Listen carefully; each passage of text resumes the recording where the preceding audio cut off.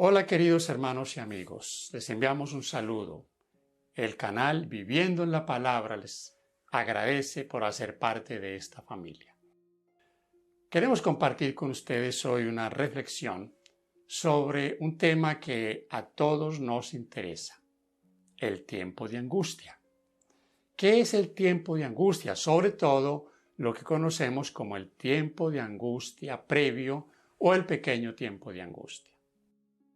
Lo que estamos viendo en los últimos años y quizás el siglo pasado, comienzos de este siglo, el mundo agitado, las tremendas catástrofes que han sucedido, los miles y miles que han muerto en terremotos, en huracanes, en tantas calamidades. Lo que hemos vivido en el 2021, año 2021 con la pandemia, a muchos les ha inquietado y dicen, este es el tiempo de angustia. Pues mis hermanos, sí vivimos en tiempos difíciles y nos angustian todas estas cosas. Pero esto no es sino el comienzo. En Mateo 24:8 Cristo dijo sería el comienzo de dolores. Y algo como para que lo entendamos, ¿por qué estas cosas?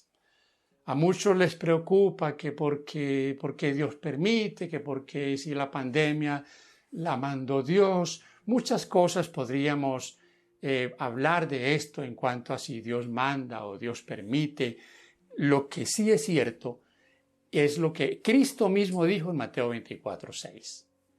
Es necesario que todo esto pase.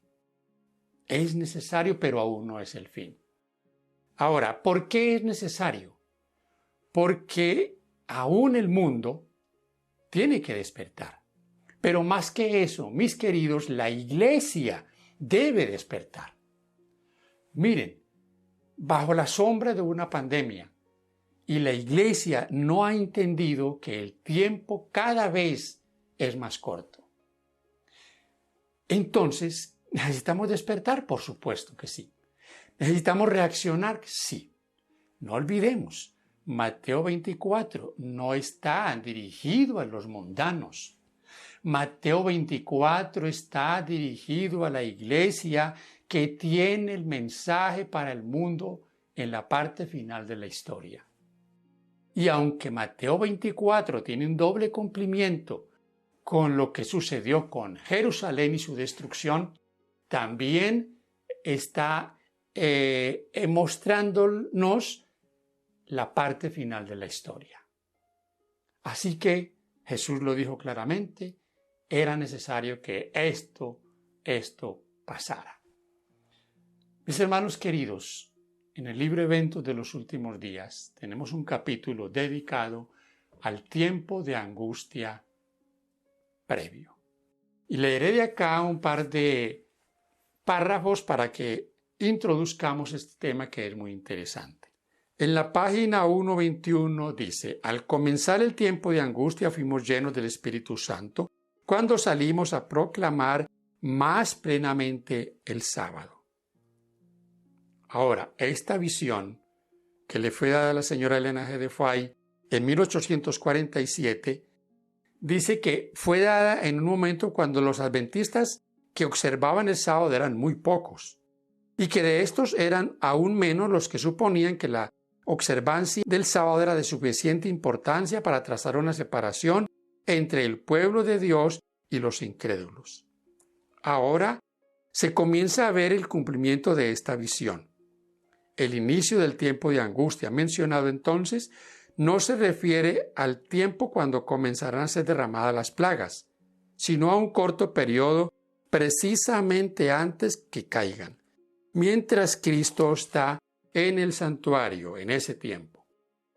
Cuando se esté terminando la obra de la salvación, vendrá aflicción sobre la tierra, y las naciones se airarán, aunque serán mantenidas en jaque para que no impidan la realización de la obra del tercer ángel.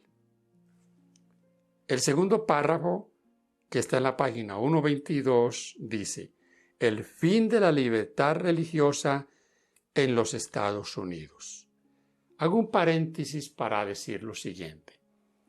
Esta libertad religiosa por la que todos abogamos, los derechos que reclamamos, son, para mi concepto, los que adormecen la Iglesia.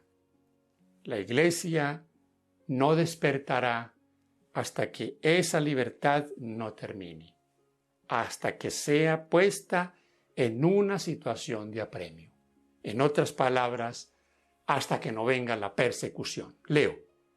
La ley de Dios ha de ser invalidada por los instrumentos de Satanás. En nuestro país, o sea, en los Estados Unidos, que se jacta de la libertad, se acabará la libertad religiosa. Se definirá el conflicto sobre la cuestión del sábado, y esto conmoverá al mundo. Una gran crisis espera al pueblo de Dios. Muy pronto nuestra nación intentará imponer sobre todos la observancia del primer día de la semana como un día sagrado. Al hacerlo, no tendrán escrúpulos de obligar a los hombres, contra la voz de su propia conciencia, a observar el día que la nación declara como día de reposo. Los adventistas del séptimo día pelearán la batalla por el día de reposo, del séptimo día de la Biblia.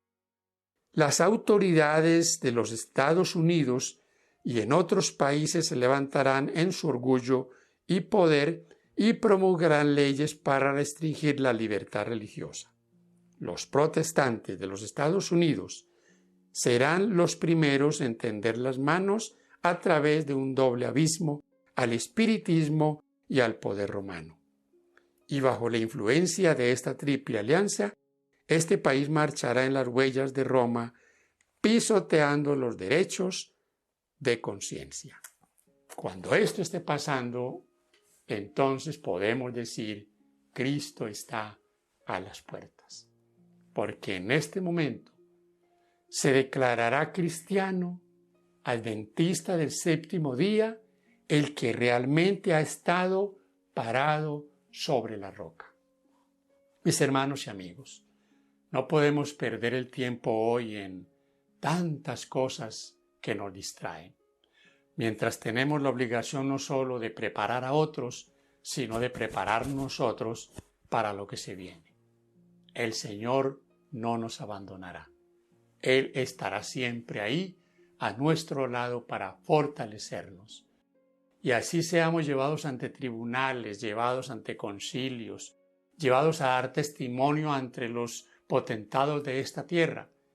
El Espíritu Santo dará las palabras necesarias para que el testimonio sea dado. Que Dios nos ayude. Gracias por compartir el mensaje, gracias por suscribirse.